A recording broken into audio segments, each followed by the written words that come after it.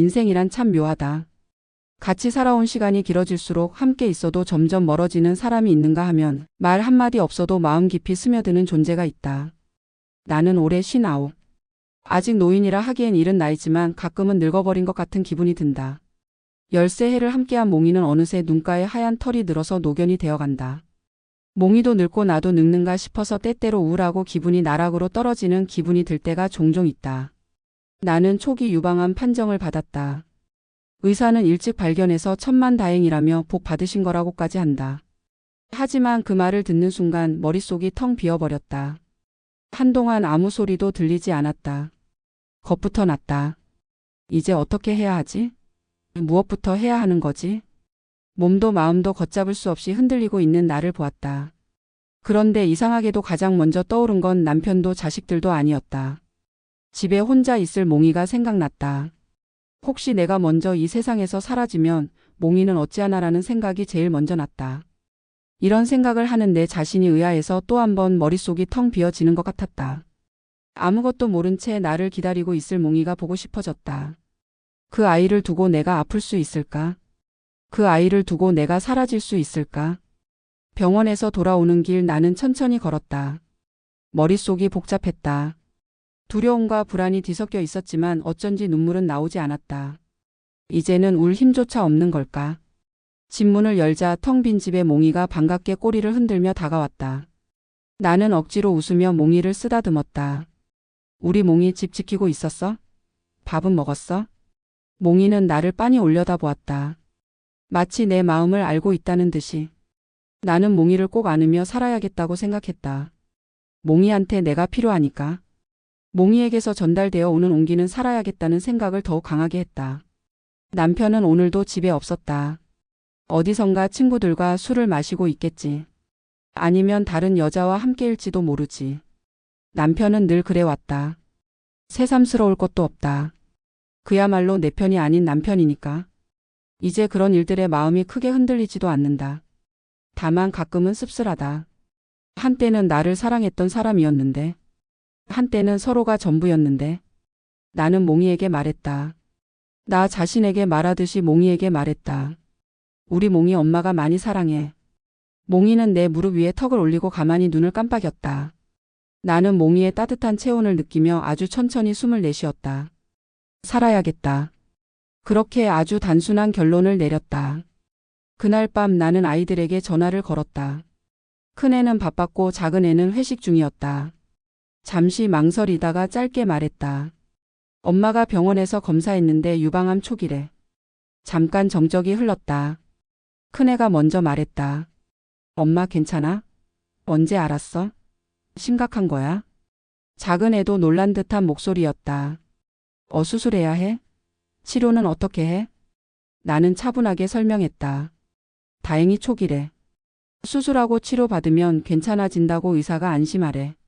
큰애는 안도하는 듯 했다. 그래도 엄마 무조건 치료 열심히 받아야 해.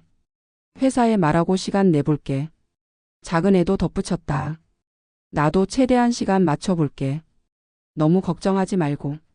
나는 웃으며 말했다. 응, 걱정 안 해. 엄마는 괜찮아. 하지만 전화를 끊고 나서야 알았다. 나는 지금 아무렇지도 않은 척하고 있다는 것을. 그런데 정말 괜찮은 걸까? 다음 날 나는 병원에 예약을 잡고 본격적인 치료 일정을 잡기 시작했다. 의사는 긍정적인 표정으로 말했다. 조기에 발견돼서 다행이에요. 적극적으로 치료하면 완치될 가능성이 높습니다. 나는 고개를 끄덕였다. 네, 뭐든 할게요. 치료 잘 받겠습니다. 그 말이 나오자 비로소 실감이 났다. 나는 살기로 했다. 그리고 이겨낼 것이다. 몽이를 위해서, 나 자신을 위해서. 남편에게는 저녁 늦게 말했다. 늦은 귀가 시간에 술 냄새는 풀풀 나고 피곤한 얼굴인 남편에게. 병원 다녀온 이야기를 하고 싶지 않았다. 그래도 말해야 하긴 하니까 무심하게 툭 한마디 던졌다. 나 병원 갔다 왔어. 남편은 대충 고개를 끄덕였다. 그래? 어디 아파? 나는 짧게 말했다. 유방암이래. 다행히 초기래. 남편이 잠시 멈칫하며 나를 봤다. 뭐? 유방암? 나는 담담하게 말했다. 초기야. 수술하고 치료하면 괜찮대. 남편은 당황한 듯 했다. 아, 그래? 다행이네. 그게 끝이었다. 더 이상 묻지도 위로하지도 않았다. 나는 속으로 생각했다. 놀라긴 했지만 별 감정은 없구나. 그게 서운하기도 했고 예상대로라는 생각도 들었다. 얼마 후 수술일이 잡혀 나는 병원에 입원했다. 남편도 아이들도 없이 혼자 병원에 갔다. 모두 바쁜 일정들도 있었지만 병원과 사전에 상담을 마치고 수술 전 필요한 조치를 미리 다 해두었기에 굳이 동행이 없이 혼자서 꿋꿋하게 수술하러 갔다. 수술은 간단했지만 마취가 깨고 회복실에서 병실로 옮기니 온몸이 천근만근이었다. 병실에 누워 있는데 남편에게서 문자가 왔다. 수술 끝났어? 괜찮아? 나는 짧게 답했다. 응. 그리고 아무런 답이 없었다. 아이들은 교대하면서 병문 안을 왔다. 내가 몽이 걱정을 하니까 작은 애가 엄마, 몽이는 아빠가 잘 돌보고 있어? 나는 애써 웃으며 말했다. 응. 괜찮을 거야. 하지만 속으로는 걱정이 됐다. 몽이도 알고 있을까? 내가 아픈 걸. 아마도 몽이는 다 알고 있을 것 같다. 남편은 퇴원하는 날 왔다. 예상대로 무덤덤한 표정으로 퇴원 수속을 마치고 집으로 왔다. 요즘은 병실에 보호자가 없어도 된다. 그 점이 오히려 내게는 마음이 아주 편했다. 나는 병원에서 방사선 치료를 시작했다. 다행히 항암 치료는 필요 없었지만 방사선 치료도 만만치 않았다. 매일 병원에 가서 방사선을 쬐고 나면 몸이 무겁고 피곤했다. 처음엔 별거 아니라고 생각했다. 그냥 견디면 된다고.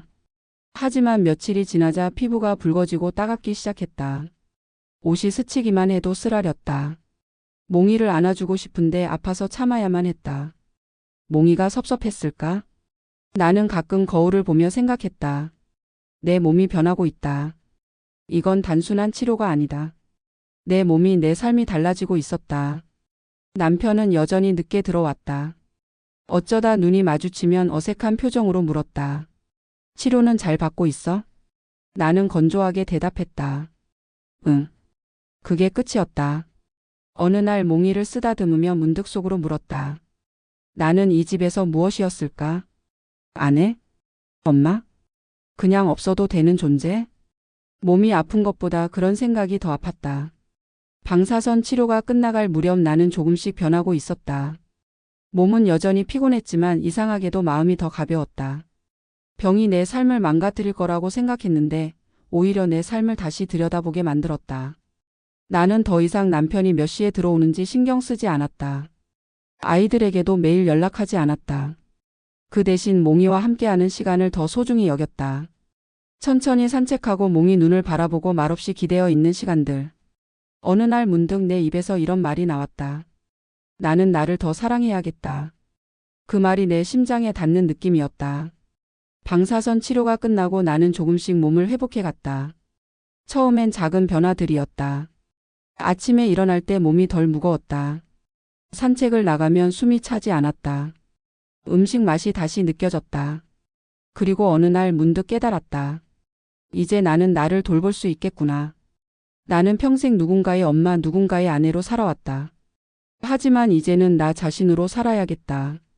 어느 오후 몽이와 함께 공원에 갔다. 햇살이 따뜻했다. 몽이는 나보다 먼저 벤치에 뛰어올라 앉았고 나는 천천히 옆에 앉았다. 나는 몽이에게 말했다. 몽아, 우리 이제부터는 더 행복하게 살자. 몽이는 내 얼굴을 빤히 보더니 꼬리를 살랑살랑 흔들었다. 나는 웃었다. 그래, 너도 동의한다는 거지? 몽이는 내 무릎 위에 조용히 머리를 올렸다. 그 따뜻한 체온이 지금 내 삶에서 가장 소중한 것이 되었다. 집으로 돌아와 거울을 봤다. 어느새 머리카락이 조금 더 윤기가 돌고 눈빛도 달라졌다. 나는 그동안 나 자신을 얼마나 소홀히 했던 걸까? 남편이 늦게 들어오는 것도 자녀들이 바쁜 것도 더 이상 원망스럽지 않았다. 나는 나를 돌보기로 했다. 더 건강한 음식을 먹고 내가 좋아하는 책을 읽고 천천히 걷고 숨을 쉬고 그리고 무엇보다 몽이와 함께하는 시간을 더 소중히 여기기로 했다. 어느 날 저녁 남편이 조용히 말했다. 요즘 너 달라졌네. 나는 가만히 웃었다. 응, 나 이제 나를 좀 더 사랑하려고. 남편은 대답하지 않았다. 나는 더 이상 그의 반응을 기다리지 않았다. 그저 몽이를 꼭 안고 속삭였다. 우리 남은 시간 더 많이 사랑하자. 몽이는 내 품에서 가만히 나를 바라보았다. 마치 알아들었다는 듯이. 나는 그 작고 따뜻한 존재를 품에 안고 아주 천천히 숨을 들이마셨다. 살아있는 공기가 좋았다. 지금 이 순간이 참 좋았다. 내 아내가 달라졌다. 이게 뭐지? 조금 긴장이 되는 날들이다. 처음에는 단순히 치료가 끝나서 그런가 싶었다. 아픈 기색이더라고 얼굴도 조금씩 생기가 돌았다. 그런데 이상했다. 어디가 어떻게 바뀌었는지 정확히 말할 순 없었지만 그녀의 분위기가 전과는 전혀 달랐다. 늘 내 눈치를 보던 아내가 더 이상 나를 신경 쓰지 않았다.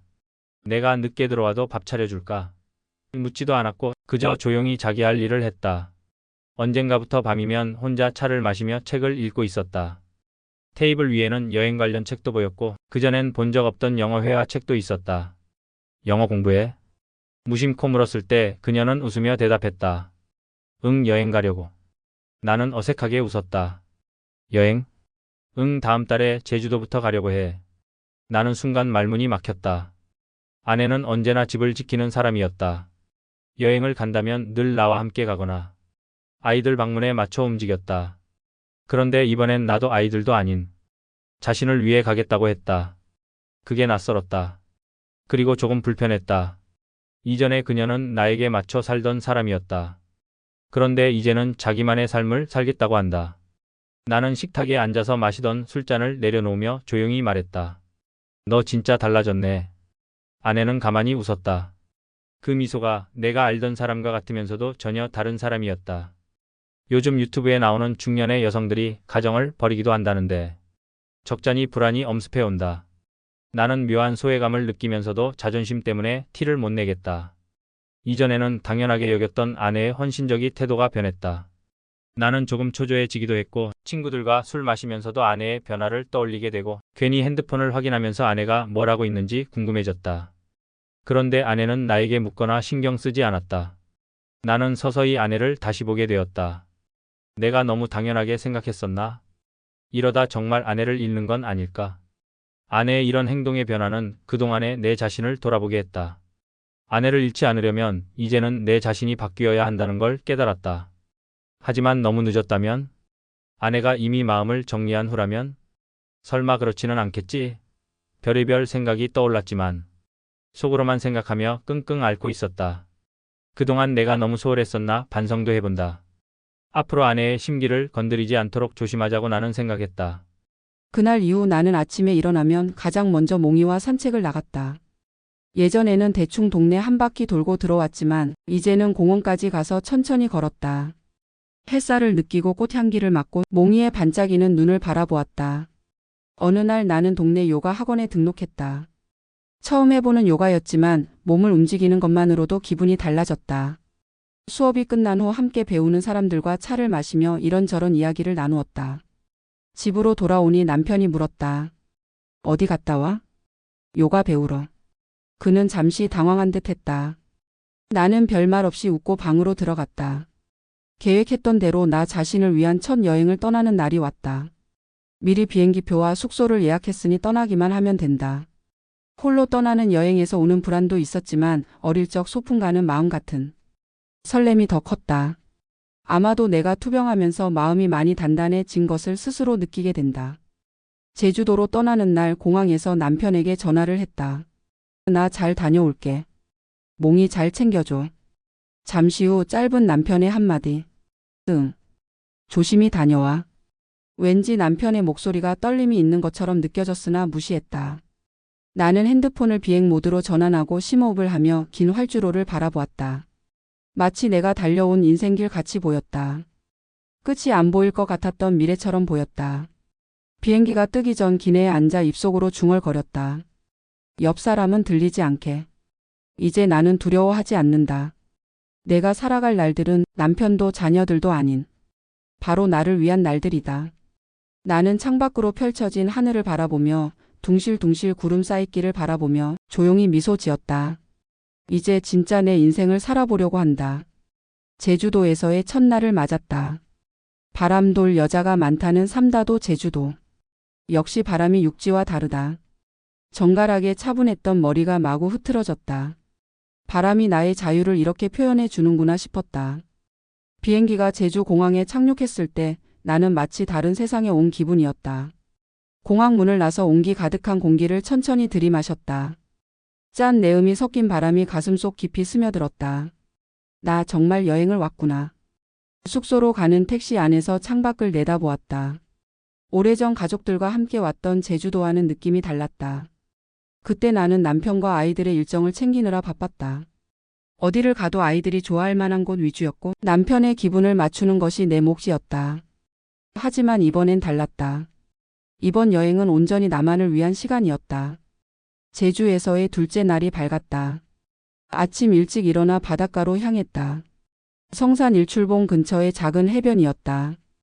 파도가 밀려왔다가 조용히 사라지는 모습을 보며 나는 바위에 앉아 물끄러미 바다를 바라보았다.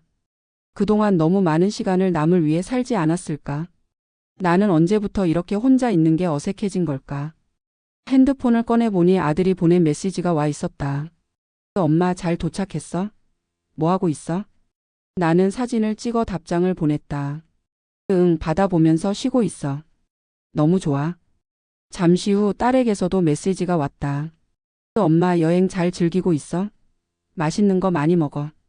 나는 미소를 지으며 답장을 보냈다. 그래야지. 너희도 잘 지내고 있어? 응, 근데 아빠는 몽이랑 잘 지내고 있나 몰라. 그 문자를 보자 갑자기 몽이가 떠올랐다. 집을 떠날 때 나를 바라보던 몽이의 까만 눈동자. 나는 일부러 짐을 싸는 걸 몽이에게 들키지 않으려 했는데 녀석은 이미 알고 있는 듯 했었다. 몽아 잘 지내고 있겠지? 셋째 날이 되니 불현듯 찾아온 걱정이 스물스물 올라왔다. 완전한 자유를 누리고 싶었건만. 제주에서만 볼 수 있는 오름을 올랐다. 숨이 차오를 때마다 천천히 걸음을 멈추고 아래를 내려다보니 흑염소 몇 마리가 초목과 어우러져서 한 폭의 그림 같았다.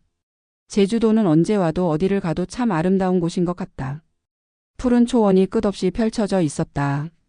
이렇게 탁 트인 곳에서 바람을 맞고 있자니 몸도 마음도 가벼워지는 기분이었다.